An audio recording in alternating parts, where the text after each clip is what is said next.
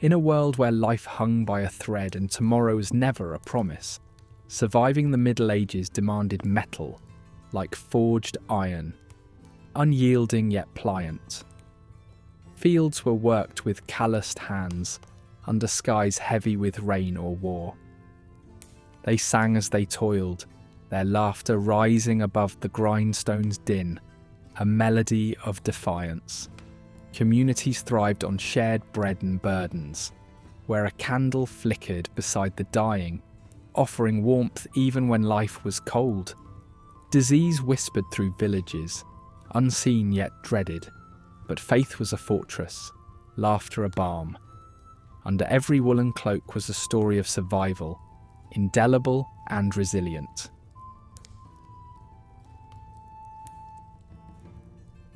Step into the lost world of the Middle Ages, where each day was a test of survival that shaped humanity's enduring spirit. Imagine a time when life demanded not only strength, but resilience, adaptation, and a remarkable will to persevere. In this realm, existence wore a tough, unyielding mask, and beneath it lay a tenacity that reveals the extraordinary capacity to thrive through life's trials. Children were introduced early to life's hard edges. As soon as they could walk, little hands joined the labour force in fields, learning essential tasks beside family members. These children didn't have youth as we understand it today. Instead, they absorbed knowledge under open skies as they tended crops and livestock.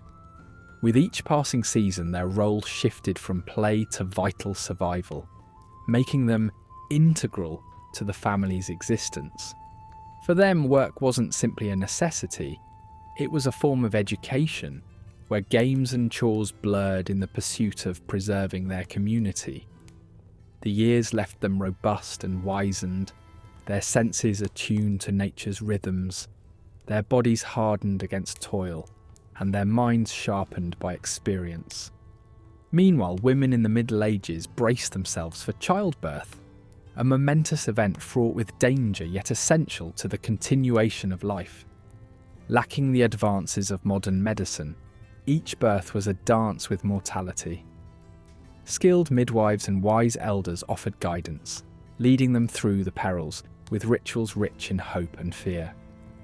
Yet women emerged with resilience that commanded reverence. Those who survived became living symbols of fortitude, imparting lessons from hearthside tales that bound them tightly to the societal fabric.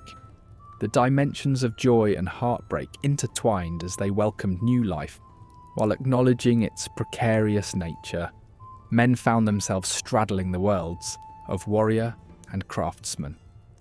In a landscape where castles loomed and the forge's clamour echoed, men trained relentlessly, their routines etched with the discipline required by constant strife. Yet not all engaged in battle by desire. The call to arms could transform labourers into reluctant soldiers. In peacetime, they returned to their trades, blacksmiths, farmers, merchants, shaping their identity through craft. Their calloused hands, coupled with vibrant marketplaces, painted a portrait of a society where survival intertwined tightly with skill and community. This adaptability became their hallmark, balancing between warfare and work, moulded by an era that demanded relentless resolve. Beyond the physical demands, mental resilience was paramount. Unpredictable circumstances engraved a deep pragmatic understanding of life and death, shaped by the era's uncertainties. Superstition filled gaps where science faltered, comforting or warning with each whispered tale or belief. Medieval villagers leaned on each other for strength, crafting psychological fortresses amid chaos. Stories and songs, however fanciful, offered escape, and the reminder that they faced the trials of time collectively. Folklore and faith intertwined, soothing the mind like a worn yet comforting cloak. This mental hardening made survival a shared endeavour, weaving camaraderie into the community's core. The relentless beat of warfare cast long shadows on families who faced uncertainty each day. As men marched to battle, communities turned inward for support, fortifying their homes and hearts against the burdens of war. Women shouldered added responsibilities, managing households with unwavering strength. Families clung to each other, turning hardship into newfound alliances, creating networks of mutual aid and trust. Despite suffering, this unity allowed them to endure and transform loss into resilience.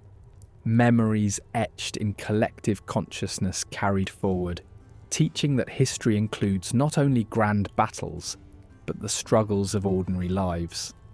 Nature played its part as both benefactor and adversary in this medieval world. Without modern technology, its capriciousness could turn bounty into hardship. Simple homes bore witness to lives lived in close quarters, where families found warmth and solace against howling winds outside. Farmers observed the skies as sages, intuiting weather's whims to prepare for the challenges ahead. Adaptive ingenuity carried them through lean times, ensuring survival with stored provisions and practical measures. This deep connection with the environment grounded them, forging a link between land and life that defied daunting odds. Faith, too, was an anchor amid life's turmoil. Beyond ritual, it was the prism through which medieval people viewed their world, offering structure and solace. Churches and cathedrals stood as testaments to devotion's enduring power. Within these sanctuaries, monks and nuns dedicated their lives to spiritual purpose, while common folk found the church a source of community as well as divine guidance. Each act of faith was purposeful, instilling fortitude to transform fear into meaningful endurance. Through belief, they discovered pathways of charity and connection, maintaining hope in a turbulent world. Medieval justice, deeply intertwined with the era's hardness, struck swiftly. Justice systems, often led by lords or community assemblies, sought balance rooted in custom and hierarchy. Punishments were severe, yet perceived as divine balance, guiding society's conduct. In these rituals, neighbours reinforced social norms, highlighting the era's collective values. Justice was a community endeavour, where societal equilibrium and survival were intimately linked. Finally, trades and crafts formed the lifeblood of daily life, weaving resilience into the societal tapestry. Artisans honed their skills within guilds, fostering a sense of belonging and economic stability. Meticulous craftsmanship provided identity and advancement, where collective enterprise fostered ingenuity. Each crafted item symbolized perseverance, a testament to human creativity and the will to endure. It is in these creations that an unwavering spirit lives on, echoing through history's corridors as timeless echoes of human endurance.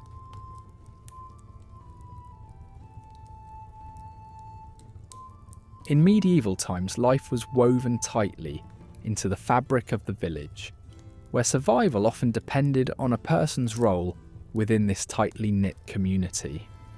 Like a living organism, each individual, from the youngest child chasing birds away from the crops to the elders guiding the ploughs, played a vital part in maintaining life and prosperity. The interconnectedness of village life was not just a choice, it was essential. The fields weren't simply for one family's labour, but a shared effort. Without formal insurance or any safety nets, neighbours became the sole buffer against life's uncertainties. In these communities, social rituals tied lives together beyond shared labour. Gatherings like harvest feasts weren't merely for sustenance. They reaffirmed the communal bonds and offered moments of fleeting joy during hard times. Even the ominous peal of communal bells during danger reminded everyone of their shared fate. personal grievances had to take a back seat to the greater good, knowing that the village's survival relied on their collective strength. Land and resources were often communal. Under the open field system dominant in Europe, villagers worked the land not alone but together. Local lords owned the land, yet it was divided into strips where each villager took charge of a portion, ensuring everyone had a vested interest in the harvest. This unity in labour meant enduring the whims of weather together, all hoping for a fair yield. Communal mills, ovens and pastures lightened burdens and fostered connections. Even disputes concerning resources had to be handled delicately to preserve the precarious balance of harmony. In absence of welfare systems, mutual aid networks emerged naturally. Families rallied to support one another in hard times, whether by providing labour, food, or a watchful eye for children. Weddings, childbirths, and funerals saw communities come together, solidifying the societal weave. This mesh of interdependence ensured no one faced hardship alone, reinforcing ties that went beyond survival. During crises like poor harvests or illness outbreaks, the village's social network became a lifeline. Offering a loaf of bread or a helping hand reinforced not just charitable acts but social capital, investing in relationships that fortified against external chaos. Urban settings offered a different kind of community through guilds and brotherhoods. These trade-based groups ensured craftsmen had support and protection. Guilds dictated training, safeguarded trade secrets, and provided assistance during illness or death, cultivating a shared purpose. They were also community pillars. Guilds often organised festivals and charity efforts, funding bridges or supporting local welfare, anchoring themselves as vital contributors to city life. Within these networks, personal and professional life blended seamlessly into mutual support and societal responsibility. Medieval life was punctuated by seasonal festivals, echoes of pagan traditions wrapped around the Christian calendar. Harvest festivals, symbolised by the warmth of a communal hearth, celebrated the fruits of shared labour, offering reprieve and reaffirming communal purpose. Marriages often took place during such gatherings, bolstering alliances integral to village stability. Festivals soothed disputes, allowing grievances to be addressed in the warm days of celebration. Despite daily struggles, these moments provided the means to embrace life and unity, maintaining the spirit needed to face further trials. The church was central to this life, more than a spiritual sanctuary, but the heart of the community. It was a locus for all, from lords to peasants, altering the tapestry of village life through regular services and celebrations. Its bells narrated the hours and events, embedding itself in the rhythm of daily existence. The church served as the social safety net, offering charity, education, and care. In crises, its stout walls provided refuge. Clergy played roles as counsellors and mediators, blending spiritual guidance with local wisdom. Thus, churches became central to both survival and societal cohesion. Conflict, inevitable in any group, occasionally flared into full-blown feuds, yet often forged stronger communities. Resolving disputes required compromise, ultimately enhancing cooperation and resilience. Threats from outside, be it raiders or feudal obligations, demanded joint efforts, rallying under a lord's banner during wars or constructing defences. Such crises, when navigated well, catalysed reform and innovation, demonstrating the necessity of unity against a capricious world. Knowledge in this time was primarily preserved and shared orally. Storytelling not only entertained, but taught, passing down wisdom and moral lessons that bonded generations. Elders, as community memory keepers, shared stories filled with values essential for navigating life's uncertainties. Monks and scribes, the early historians, preserved written knowledge and contributed to the slow trickle of literacy, catalysing tiny sparks of intellectual currents within communities. Marriage, rarely a personal matter, was driven by strategic alliance building, often cemented during festivals.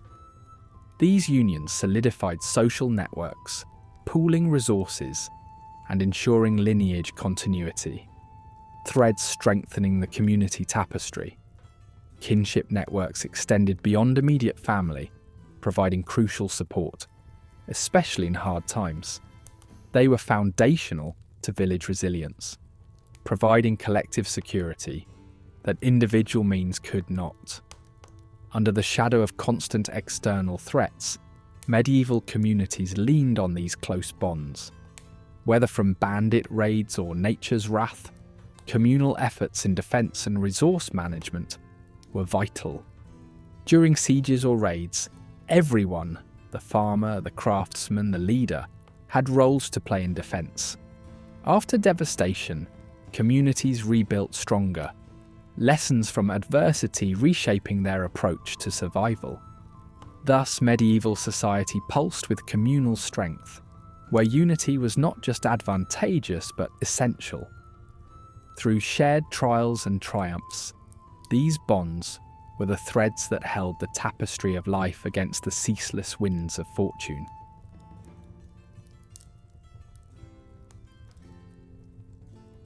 In the medieval world, the phrase daily bread meant far more than a metaphor. Diets revolved overwhelmingly around grains, with bread serving as the cornerstone of both peasant and noble tables. Barley, oats, rye, and wheat defined daily existence, and baking occurred according to availability and season. Bread was not merely accompaniment, but the essence of sustenance, invariably dense and chewy, worlds apart from the lightness familiar to contemporary loaves. Women held the laborious task of crafting these essential morsels, transforming raw grain into nourishment through grinding and fermenting. Peasants made do with the dense, dark bread of coarser grains, while the affluent indulged in the luxury of finer white wheat loaves. Without the indulgences of modern preservatives, food preservation was a critical skill. As bread aged rapidly and grew stale, ingenuity had to flourish. Thus, the humble trencher, a flatbread doubling as an edible plate, stood testament to a never-waste approach, sustaining people by turning discarded scraps into utility.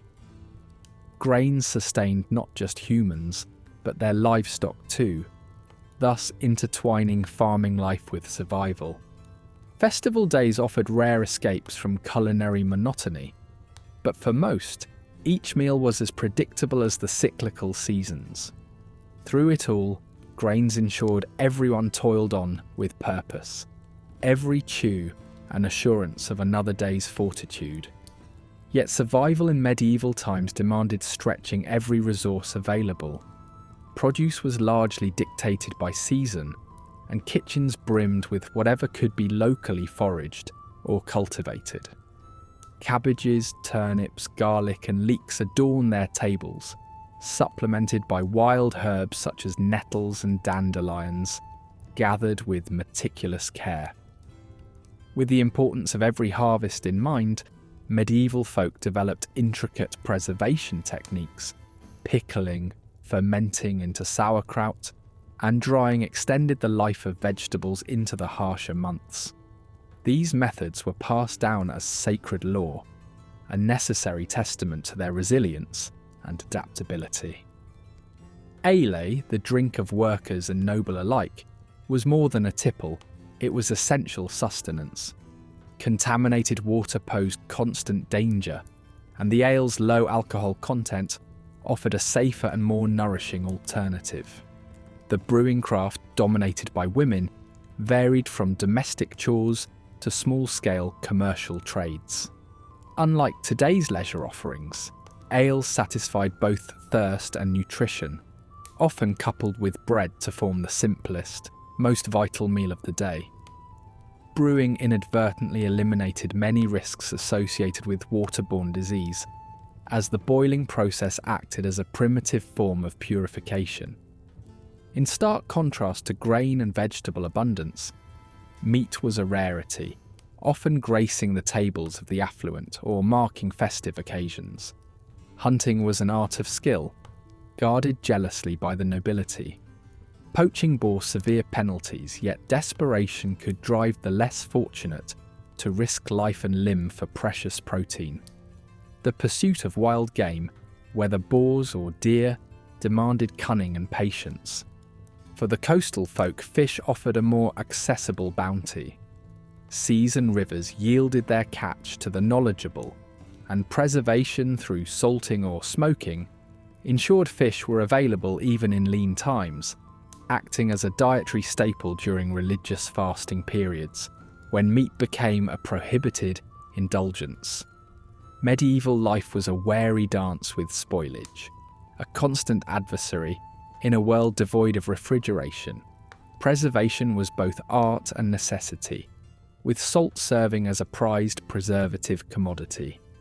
Salting, pickling, and smoking evolved into survival sciences, demanded by a world where oversight could mean ruin. Those with knowledge and resources transformed potentially hazardous decay into controlled conservation, ensuring the cycle of renewal continued, albeit precariously. The pursuit of flavour was a luxury intertwined with social standing. Salt was ubiquitous in preservation, yet spices like saffron or cinnamon signalled worldly sophistication. Such tastes were accessible primarily to the wealthy, while the humbler folk flavoured their meals with homegrown herbs like thyme and parsley. The symbolism spices invoked transcended mere taste. They were emblems of distant lands and alliances beyond the physical, spanning continents through trade and the stories merchants told. Food woven into the very fabric of social life brought people together in communal feasting and religious rites. Celebrations showcased abundance, creations born from individual contributions in a symphony of sustenance. Weddings, harvests, and religious festivals were highlights of community life, temporarily dissolving the rigid social divides. Nobles hosted grand affairs, where the bounty of their tables spoke of power and munificence. Mealtimes mirrored the rhythms of faith, periods of indulgence followed by deliberate restraint. Monasteries stewarded both agricultural production and ecclesiastic schedules, fusing spiritual observances with daily practice, anchoring medieval life in a cycle of give and take. Yet amid such pragmatism, culinary creativity thrived, unrestrained by modern sensibilities. The medieval palate presented surprises, like peacocks roasted and flamboyantly refeathered, as centerpieces of opulent banquets, or the peculiar confections melded from faraway spices into familiar fare. Nothing edible was dismissed, no matter how humble or bizarre, as exhibited by dishes crafted from offal or pies accented with rose petals. Ultimately, the medieval diet was a testament to survival, adaptability, and ingenuity. Where nature imposed scarcity, humanity extracted abundance through creativity and shared knowledge. Each meal reflected a coupling of endurance with tradition, where even the simplest broth held stories of persistence and community, weaving a complex tapestry of survival into the shared heritage of the past.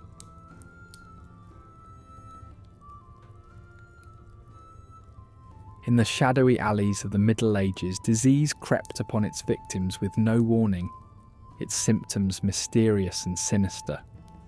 Without the knowledge of germs or viruses, medieval people faced illnesses that manifested as high fevers, peculiar swellings, and dreadful coughs that brought fear into every home.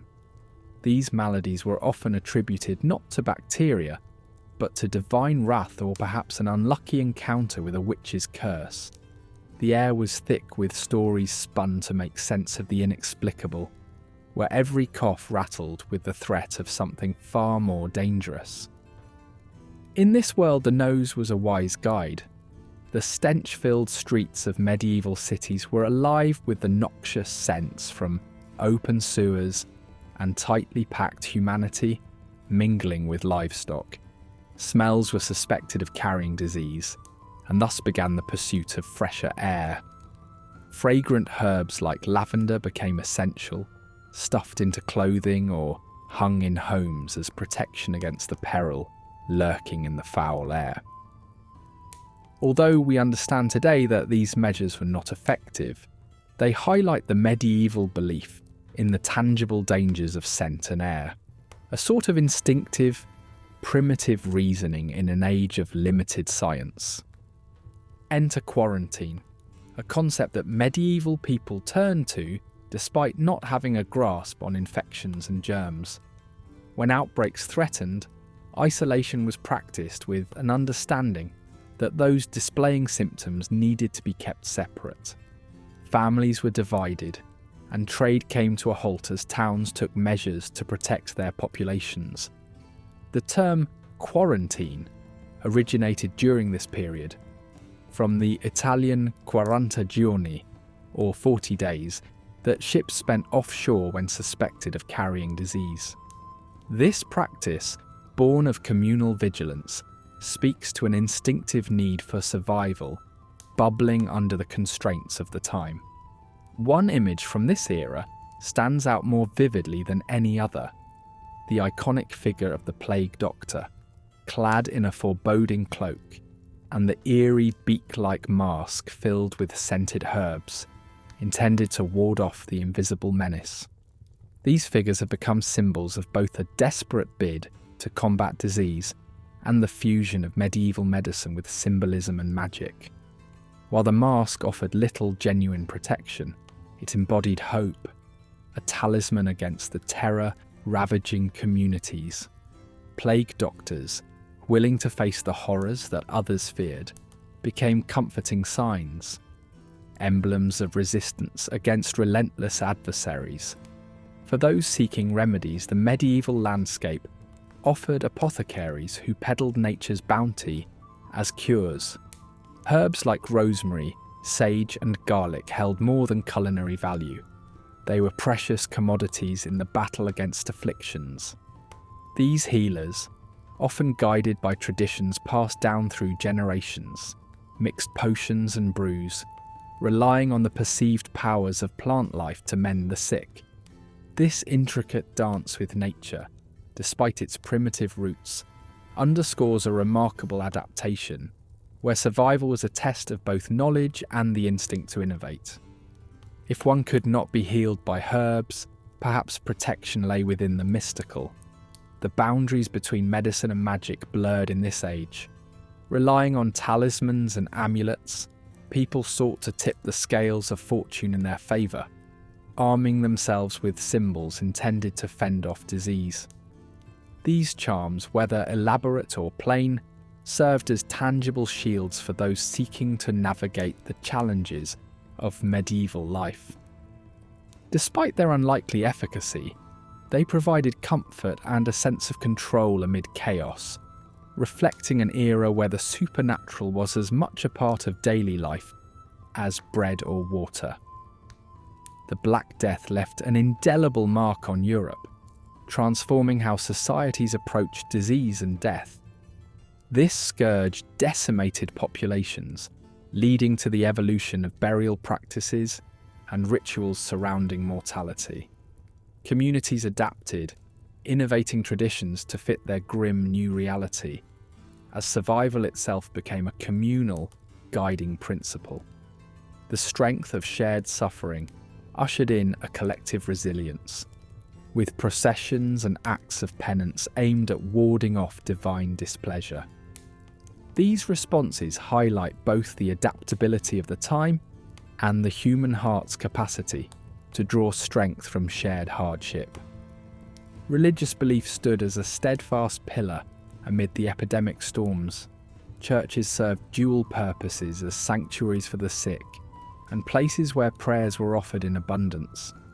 Clergy, believed to have a direct line to divine intervention, became central figures in health crises. The faithful clung to the notion that illness held meaning within God's plan, offering explanation and solace when nothing else could. Religion became a salve for the soul, binding communities through ritual and shared hope, a lifeline in the impenetrable darkness of disease. The world of medieval medicine was vast, teeming with practitioners ranging from university-educated doctors to village healers wielding folk wisdom. As these varied figures each plied their trade, the era revealed a spectrum of medical practices as diverse as the societies they hailed from. Whether it was a learned physician using leeches to balance humours, or a local healer brewing herbal potions, this diversity enabled a flourishing of medical thought, even when efficacy fell short by modern standards. Amid the true healers, charlatans could be found, capitalising on fear with miracle cures and dubious elixirs. Despite the limitations, medieval methods of disease prevention reveal a stunning portrait of resilience and adaptability. From quarantine to the comfort provided by spiritual beliefs, these approaches continue to echo through time, reminding us of humanity's relentless drive to persevere in the face of unimaginable trials. The ingenuity and stubbornness of those who live to tell the tale provide a lens through which we can appreciate the strides that have since been taken in the realm of medicine. In a world engaged in an eternal battle against the unknown, these stories resonate as a testament to the power of hope and tenacity.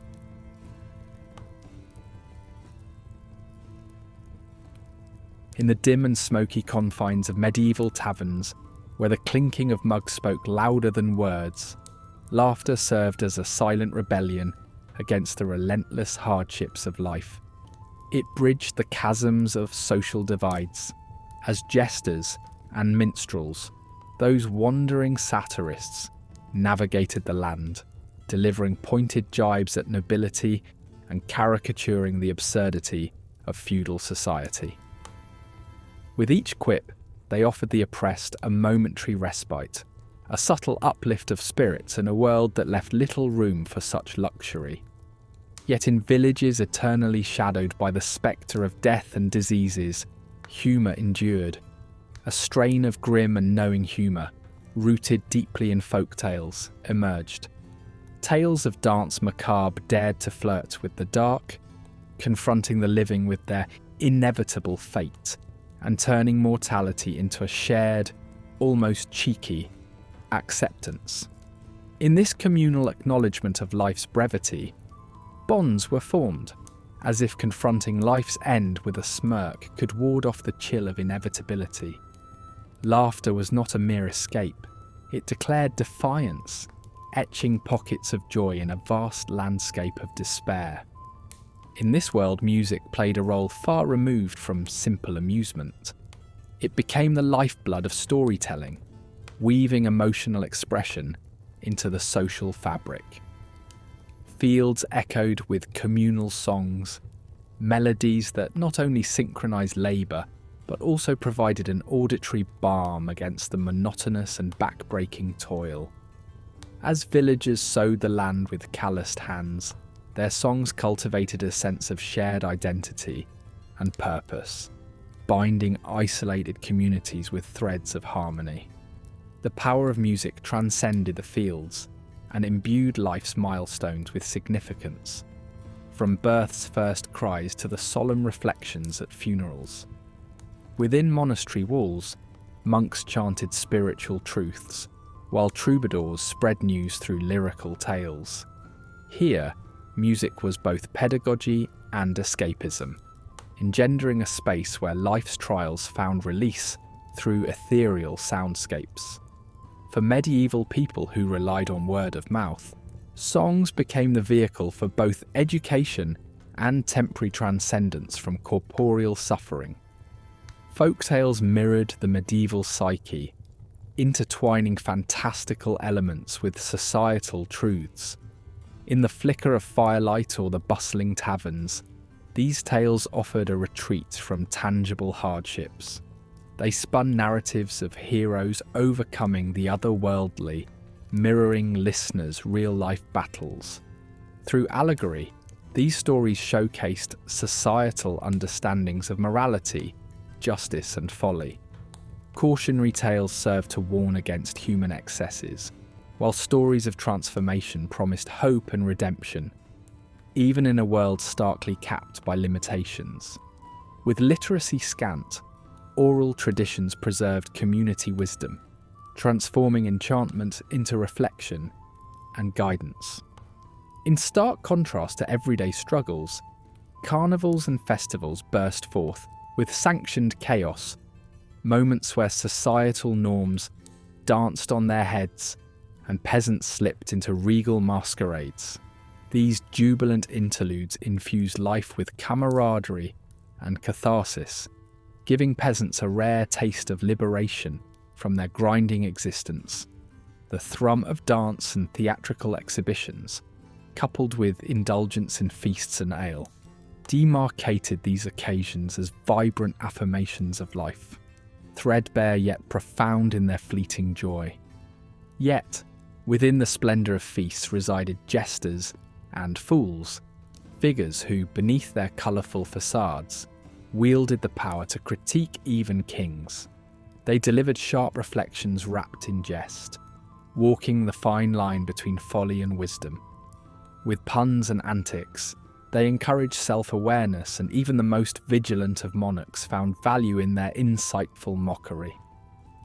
In a world hierarchical to its core, jesters shattered conventions, using humour to express timeless truths amid the tangled webs of paradox. Dance, too, provided liberation. Through its varied forms, from simple round dances under starlit skies to the intricate paces of courtly displays, movement allowed medieval people to transcend societal constraints.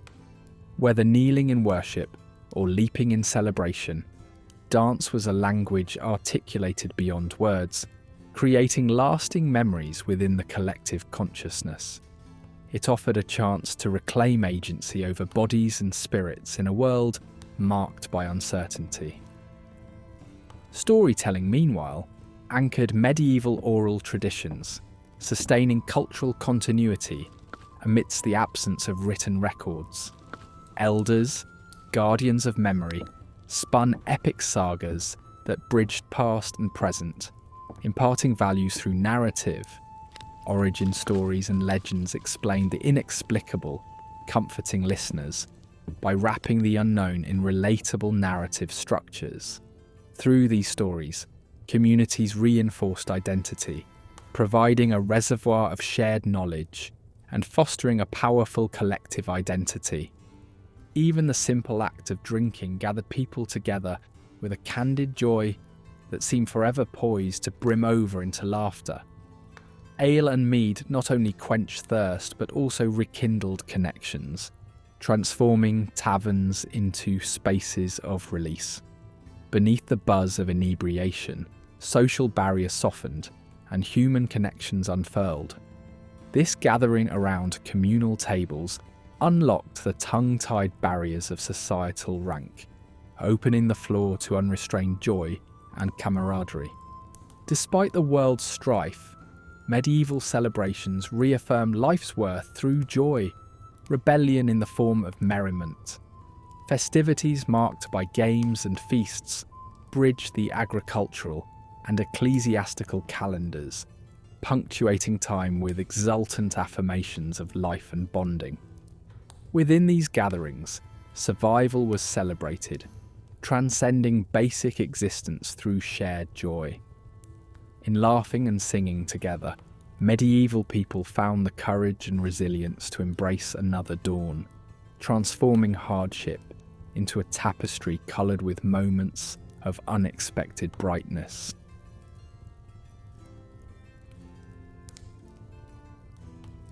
Imagine living in a time where every shadow seemed to hide a lurking demon, and any unexpected chill or ache might be a curse in disguise.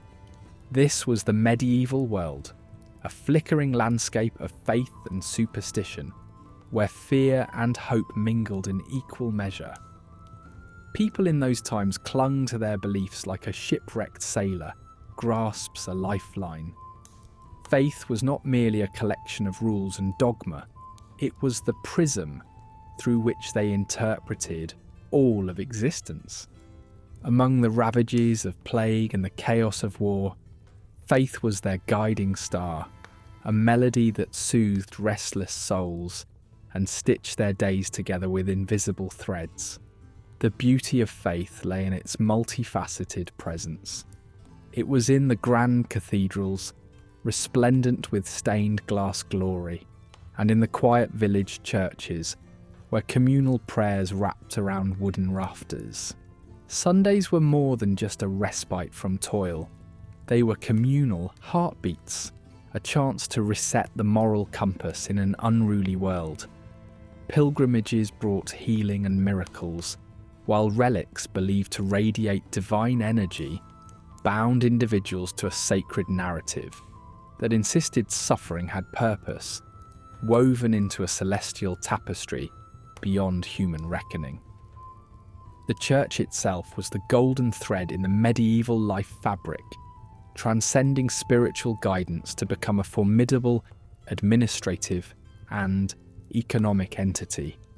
Owning rich tracts of land, the church wielded power, and its reach stretched across every life station. Parish bells echoed across fields, marking the rhythms of birth celebrations and mournful farewells. Through sacraments and rituals, baptisms, marriages, last rites, the church imparted a sacred rhythm to life, overseeing milestones and setting down societal norms in laws that sought to reflect a divine justice and order. Embarking on a pilgrimage was a pilgrimage of heart and spirit, a tiring trek along perilous roads that saints whispered of healing and miracles. They were pathways not just for personal devotion, but also communal blending, a cross-section of medieval society where nobles rubbed shoulders with peasants, merchants and monks, all bound by a shared holy purpose. Along these routes, stories and ideas were exchanged as eagerly as goods, with travellers finding refuge in monasteries that offered sanctuary against both elements and bandits. These pilgrimages, laden with dangers but rich in spiritual significance, elevated travel to an act of divine offering. In this age of mysticism, saints were revered as celestial intermediaries who played guardian roles long after their earthly lives had ended. The faithful clung to tales of saintly visions and interventions, each story a balm for weary souls and a glimpse of virtues to aspire to. Relics, bones, garments, holy artifacts, were not just sacred remnants but bridges to the divine. Monasteries hoarded these treasures, drawing pilgrims seeking cures and solace. To merely touch a relic was to brush against the divine, an experience that reaffirmed faith's potential to enrich mortal life with eternal promise. Amidst this reverence was a life set apart in the silence of monasteries, where monks and nuns followed a world turned toward prayer, labour and study. These monastic sanctuaries radiated simplicity and devotion, their walls guarding knowledge in libraries while fields and workshops produced sustenance. To the outer world, monasteries were beacons, offering aid to travellers, care for the sick, and charity for the poor, fortresses of faith and resilience in tumultuous times. Yet medieval faith was not without its internal strife. Beneath the surface lay deep theological divides, clashes between orthodoxy and heresy that flared in councils and public squares. Those diverging from accepted doctrines faced scorn and persecution, their defiance shaking the Church's claim to unity. Heresy trials in the Inquisition were grim countermeasures, tools to purge doctrinal dissidents and cement Church authority. Yet, amid these brutal conflicts, faith's debate sharpened, refining the very tenets they sought to protect. The Virgin Mary emerged as a nurturing figure, bridging the divine and human. Her veneration cut across society, offering tenderness and hope to those searching for solace from life's harshness. Marian devotion weaved through art and song, providing comfort and reinforcing views on womanhood and compassion. In the medieval worldview, life was a prelude to eternity, with heaven's promise and hell's threat steering behaviours and beliefs. Heaven was a beacon of eternal bliss, while hell, painted by sermons in frightful colours, reminded believers of the stakes of sin. The sale of indulgences highlighted the interplay between grace and ecclesiastical power, a tangible relief from the looming penalties of damnation. Life was seen as an eternal performance, actions echoing in the grand celestial drama of moral progress. Amid this structured belief, mysticism offered a pathway to personal spiritual insight. Visionaries like Hildegard of Bingen sought direct communion with the divine, preferring inner revelation to dogma. Such mystical experiences democratized faith, suggesting a path accessible to all who sought depth and intimacy with the divine. Thus, faith in the Middle Ages was a cornerstone of resilience, shaping a narrative of sanctified purpose through all circumstances. It threaded through daily life and grand cathedrals, buoyed by whispered prayers and sacred songs. Even today, the legacy of this era lingers, reminding us of the human endeavour to connect with the majestic and the eternal. Just as the faithful clung to their beliefs as a lifeline, this chapter invites you to reflect on the ways these ancient convictions continue to inspire resilience and hope. A reminder of humanity's steadfast search for meaning amid chaos. If this strange little slice of medieval life stirred your curiosity or your stomach, give us a like. And if you're hungry for more gritty tales from the dark side of history, subscribe to Medieval Grime. We serve our history smoked, salted, and a little bit cheeky. Thanks for watching. Stay grimy and we'll see you next time by the fire.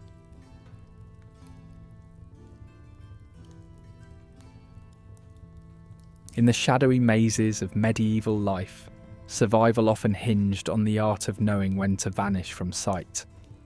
The land was fraught with dangers, from marauding army bands to capricious lords whose whims spelled doom.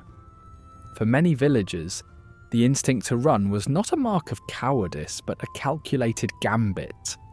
The muted whispers of approaching nights, shifts in the power breeze, or the unnerving quiet of bustling roads served as nature's taps on the shoulder, nudging them to pack what could be carried and slip into the unknown.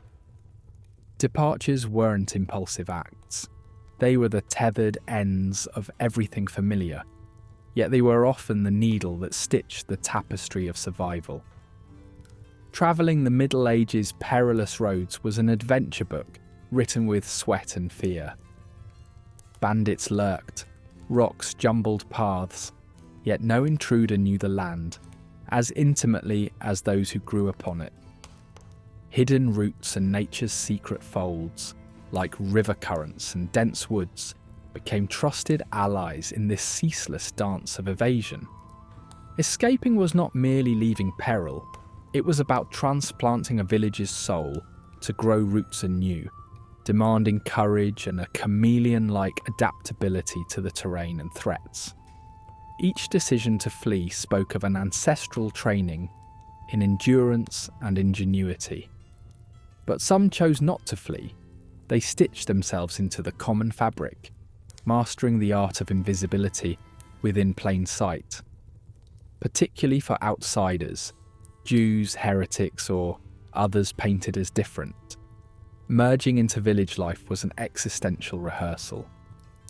Adaptation was vital, from fluent tongue twists in local dialects to adopting customs like a second skin, sometimes even morphing names like shadows under the moon.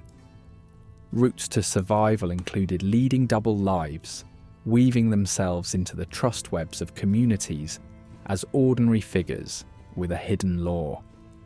The weaver as the village soothsayer or the merchant of whispers. These were humble heroes of clandestine survival, impeccably skilled in the social ballet of trust and mistrust. The odour of survival also carried the tang of silent defiance.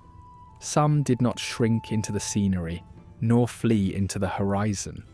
They chose to plant their feet and bring their voices together in hushed concords. Rebellions sparked from simple tavern growls, or moonlit gatherings over secret discipline. These were not wild dreams of upheaval, but rather orchestrations spun by leaders who, with remarkable calm, stoked fervour into purpose. What Tyler's rebellion tells of peasants who, though scant in means, possessed unity in numbers. Their yearning for fairness exaggerated their whisper to a roar. Resistance was not simply armament.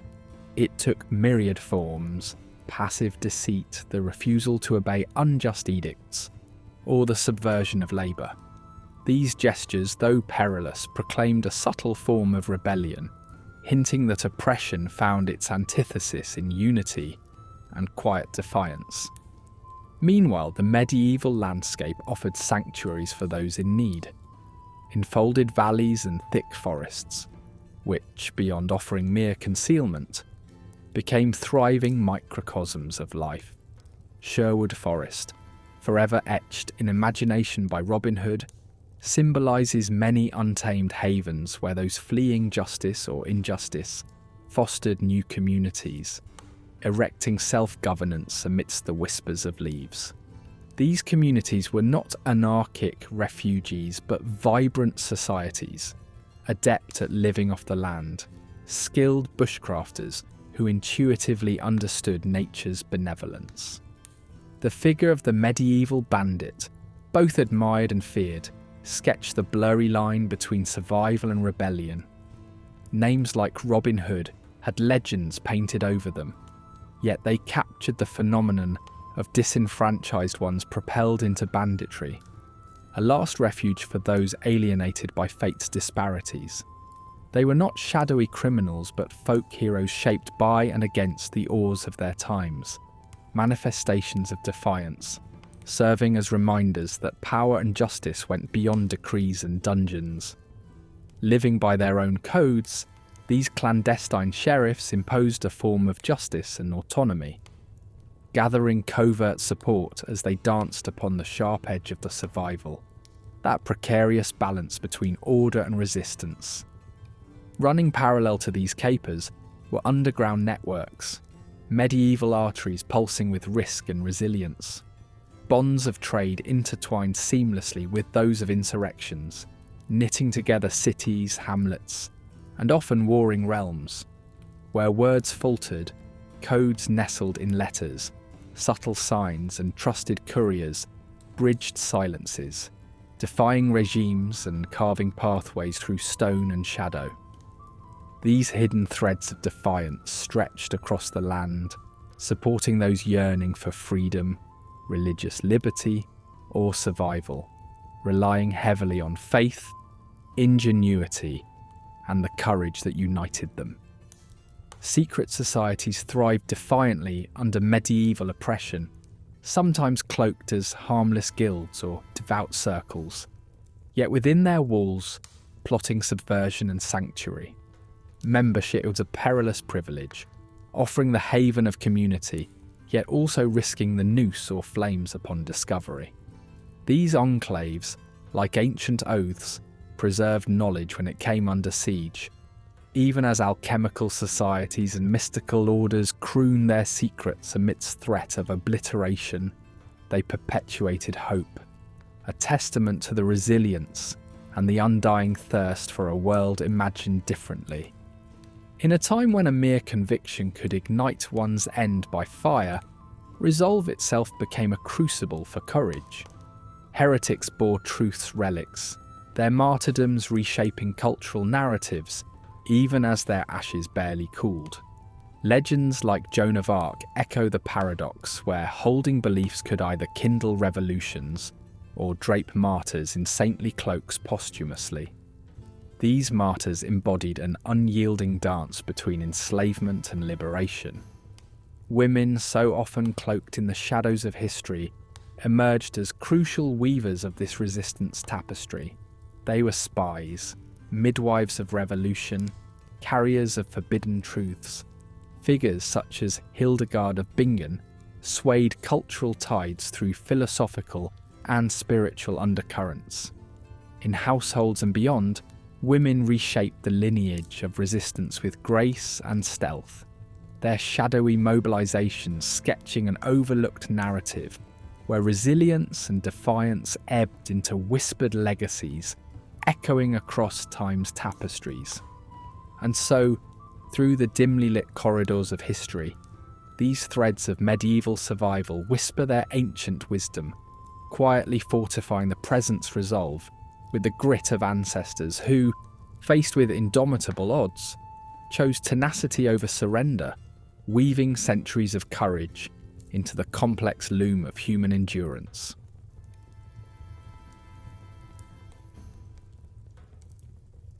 In the medieval tapestry of life, power was not always as it seemed. Women weaving their influence into the fabric of society found unique strength through midwifery. As the lifeline during childbirth and community mentors in health and herbal remedies, midwives held an unacknowledged authority. Their role, crucial yet understated, allowed women to move beyond domestic confines, embracing a power that was both vital and cautiously revered. Yet, they faced the peril of suspicion and blame, balancing on a sharp edge of reverence and fear. In a world where male doctors often dismiss their expertise, these women carved out a realm where they protected life with resilience and quiet wisdom. Meanwhile, peasants, often mere shadows in the grand medieval hall, sometimes erupted into vivid, fiery revolts. When relentless taxes and the tyranny of landowners pressed too hard, the tillers of the soil rose up. These uprisings were a cacophony of dissent, a simmering rage that unsettled the entrenched hierarchies. Though many revolts met brutal ends, they shook the foundations enough to demand consideration. Peasant voices, usually drowned in their labour's grind, found power in unity, forcing even the most entrenched lords to occasionally heed demands for a fairer existence. Amid these chaotic elements, some within the church itself dared to confront its own entrenched corruption. Reformists like John Wycliffe and Jan Hus challenged the church's excesses, driven by a moral compass rather than ecclesiastical power. Their defiance sprouted from profound inner conviction. Yet, this ecclesiastical rebellion came with peril, persecution, excommunication, or worse. Despite these risks, their clarion calls laid the groundwork for future reformations. Their voices echoing through time showed that dissent could root itself deep within the institution it aimed to transform, fostering change where none had seemed possible.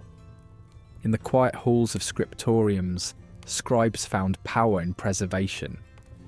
Their laborious task of copying texts became a subtle form of defiance against censorship's heavy hand.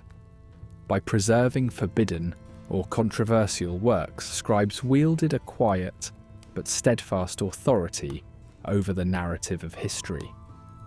Their every inked stroke echoed with the potent understanding that knowledge is power. Through these clandestine acts of preservation, they ensured that ideas, essence of life and curiosity, survived beyond oppressive eras, wrapped in the musty, precious parchment of survival. On the cobbled streets and cluttered stalls of medieval markets, the poor showcased their own brand of ingenuity. Faced with bare subsistence, they turned adversity into art, crafting tools from scraps and clothes from cast-offs. Their homes evolved with the seasons, a humble yet ingenious adaptation, ensuring comfort against the elements. This everyday alchemy was born not of choice, but of necessity. Through communal wisdom and oral tradition, they maximised their meagre resources, embodying an untold strength, a silent revolution of creativity, birthed from harsh constraint. Away from the din of battlefields, women engaged in their own warfare, navigating the complex chessboard of marriage and estate management. Whether through negotiating critical alliances or bargaining in bustling markets, women wielded quiet influence that rippled through social and political landscapes. Figures like Eleanor of Aquitaine made indelible marks on European power dynamics, illustrating how indirect influence was profoundly significant. In these strategic manoeuvrings, women turned societal confinements into avenues of power, skillfully ensuring their family's survival in a turbulent world. The silent enclaves of monasteries and convents held their own sway over the medieval world. These sanctuaries were cradles of learning and guardians of wisdom, preserving ancient texts with unwavering dedication. Within these walls, monks and nuns quietly advanced education and healthcare, seeding transformative ideas into society. Gender norms sometimes bent within these havens, allowing women administrative and educational roles that defied the outside status quo. In cloistered silence, religious enclaves nurtured cultural and intellectual shifts, subtly bridging chasms in a strife-torn era. Amidst the clang of hammers and the hiss of bellows, craftsmen wielded a unique authority, rooted not in bloodline, but in skill. Their creations formed the backbone of medieval infrastructure, making them indispensable to community function. Through guilds, these artisans gained a voice and fair working conditions, transforming individual skill into collective strength. In a world vulnerable to catastrophe, craftsmen's mastery provided stability, literally constructing civilization anew with every chisel stroke and forge heat. Echoing through the ages, folklore wrapped memories and lessons in tales of daring and cunning. These stories, shared around flickering fires, were bastions of communal wisdom and cultural identity. Within their fantastical narratives lay subversive critiques of authority and affirmations of resilience. By weaving lessons into engaging tales, folklore fortified communities with resilience and identity, providing a means to navigate societal dynamics subtly. Minstrels, chroniclers, and poets captured the quintessence of human experience, their songs and writings resonating through generations. Their tales preserved histories both grand and grim, often omitted from official records. Music, poetry, and prose served as vessels of continuity, binding society with narratives that illuminated the humanity within historical epochs. In their dedication to storytelling, they embodied the profound power of memory, ensuring that voices across time resonated loudly in the collective consciousness. Through their work, the medieval tapestry of life was painted indelibly vibrant, illustrating that even in the margins of history, power thrived in the most unexpected places.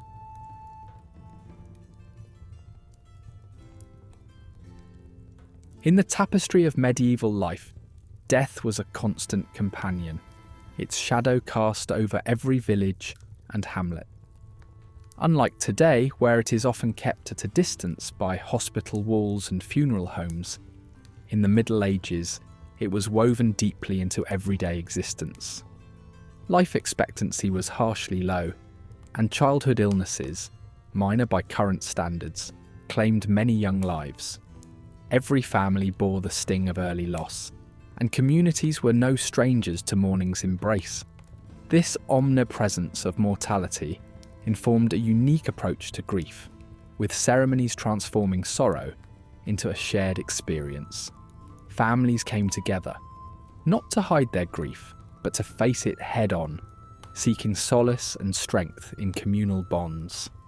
Mourning in medieval times wasn't an isolated affair, but a public tapestry of grief, threaded with layers of significance. It brought order to the chaos of death, transforming it into a series of predictable rites. A customary vigil marked the first stage, where the body, adorned in its finest raiment, lay surrounded by loved ones who kept watch, narrating personal stories and anecdotes that secured the deceased's place in collective memory. In these moments, the air was filled with whispers of old tales and budding nostalgia, as the community fortified itself against the inevitable void left behind. The vigil would segue into a procession towards the church, an event steeped in solemnity and solidarity. Church bells tolled mournfully, a sonorous reminder of life's transient nature, as villagers paused in their daily toil to join in the march. The funeral mass, delivered in Latin, might have been a linguistic mystery to many, yet its familiar melodies and fragrant incense offered comfort, standing as constants in a world of uncertainties. From whispered prayers to the rustle of coins in almsgiving, these acts, however routine, transformed grief into a collective journey, reaffirming faith and the bonds of community. Within this framework of elaborate ritual, offerings became tangible symbols of memory. In a time before photographs or personal diaries, cherished objects accrued monumental significance. Belongings placed with the deceased, be they talismans, heirloom jewellery, or religious texts, bridged the gap between the living and the departed, keeping connections alive. This practice extended beyond graves to daily life, where masses were commissioned and donations made in honour of those who had passed, ensuring their spirit lingered in communal consciousness. Journeys of pilgrimage offered another layer of remembrance, rooted in the intertwining of grief and spiritual exploration. These expeditions to sacred sites were no mere religious formality. They embodied physical quests for healing and reflection. Travellers, bound by shared losses and hopes for divine intervention, formed bonds as they traversed landscapes, their footsteps echoing prayers for the souls of the departed. This movement towards shrines and relics was symbolic, a physical manifestation of yearning for solace and redemption, both for themselves and those who lived on in memory. Folkloric narratives and superstition permeated these expressions of grief, deepening the texture of medieval mourning with rich cultural threads. While religious doctrine dominated, it left spaces where tales of spectral beings and otherworldly guardians flourished, making sense of death's mysteries. These stories served dual purposes. They intrigued and consoled, offering communities a framework within which to place their survivors. Figures such as the Grim Reaper personified death, while legacies of good deaths imbued passing with meaning and relative predictability. The church, a cornerstone of medieval life, provided not only spiritual guidance but secured the theological threads that knit together the period's death rituals. As enactors of funeral rites, priests guided families, translating personal grief into structured, faith-driven practices. These rites and the intercession of saints sought to ease mourning, sanctifying the deceased's passage to the afterlife. Meanwhile, monasteries preserved memories and legacies within their tomes, each recorded name a defiance against time's erasure. Seasonal rites became communal ceremonies of memory, aligning with ecclesiastical milestones. Feasts like All Saints and All Souls' Day invited collective reflection on mortality. Bonfires and processions stirred the senses, joining villagers in an act of remembrance, celebrating ancestral bonds that outlived mortal life. These events were sensory rituals, where the warmth of shared fires and communal meals imbued life with enduring significance, reinforcing solidarity amidst the cycle of seasons. Art too played its intricate part, with iconography infusing public and private domains with rich symbolism. From stone effigies to vibrant manuscripts, art provided consolation, narrating stories of life, death, and eternal salvation. Grave inscriptions and plaques preserved these tales, chronicling lives and virtues, serving as a dialogue between the living and the legacy of those gone. Symbols like hourglasses and skulls offered visual reminders of life's brevity, echoing the memento mori in the ambient consciousness. Through storytelling, grief found another dimension of expression. Medieval villagers, gathered around the hearth, recounted tales that honoured the dead, anchoring them in communal memory. These narratives offered collective solace, tying personal grief to the broader tapestry of human experience and resilience. Wisdom flowed through generations, with widows and elders as cultural custodians, weaving a continuity that spanned beyond individual life. Ultimately, medieval rituals affirmed a commitment to renewal amid life's ceaseless hardships. They were opportunities to transform personal and communal pain into collective acts of remembrance, sparking resilience and reflection. In an era perpetually challenged by adversity, ceremonies offered both closure and continuity, celebrating the enduring journey of the human spirit through the ages.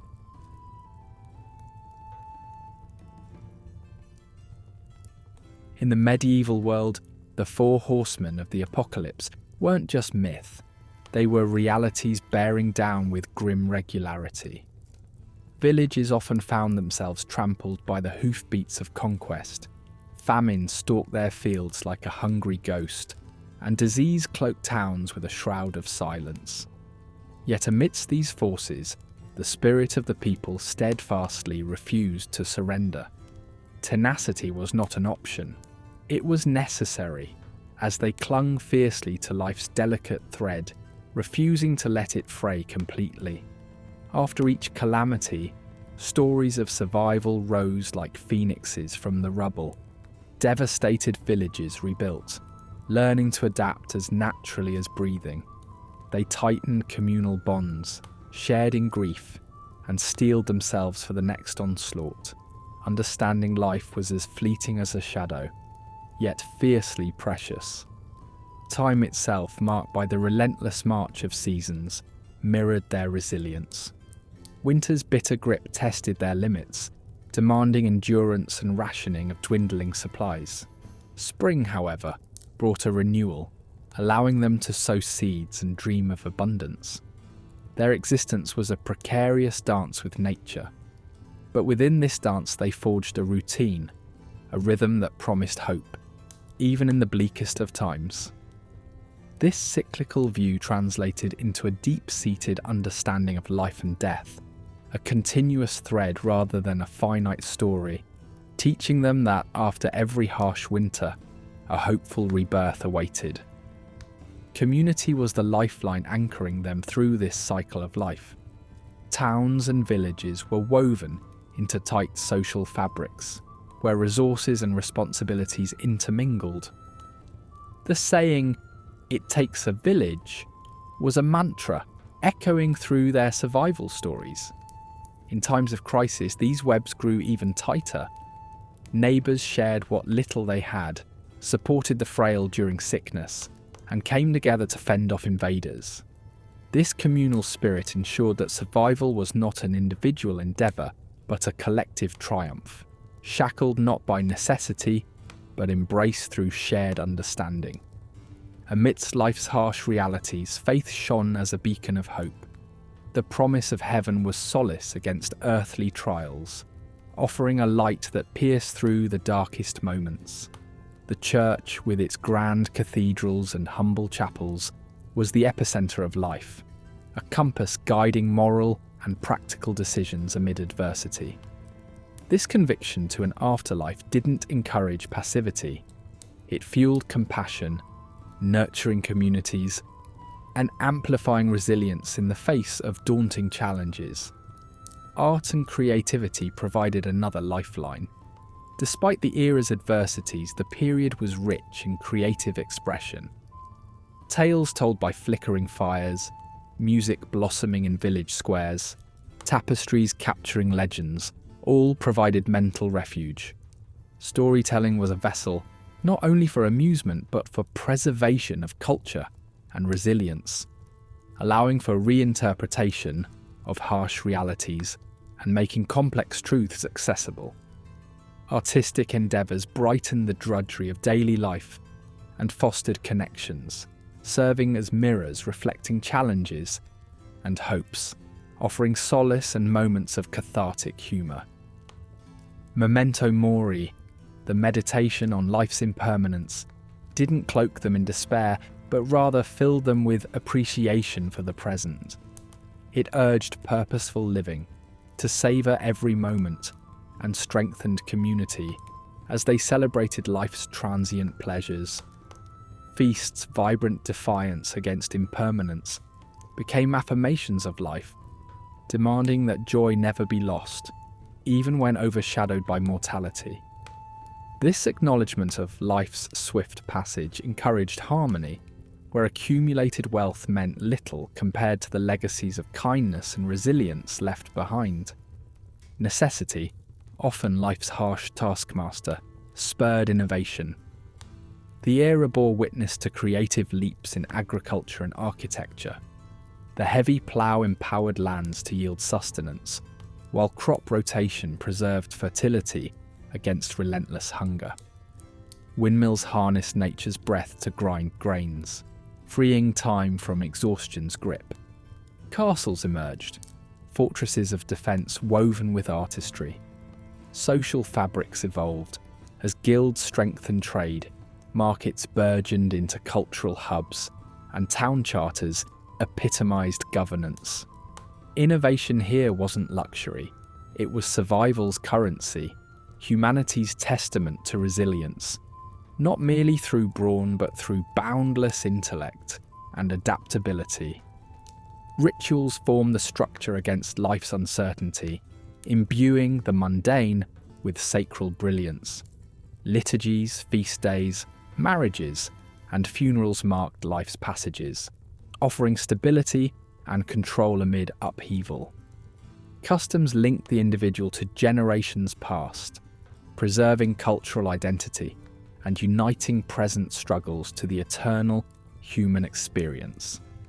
These rituals, surviving through adversity, reinforced community bonds and imbued individual lives with the resilience fostered through shared belief and tradition.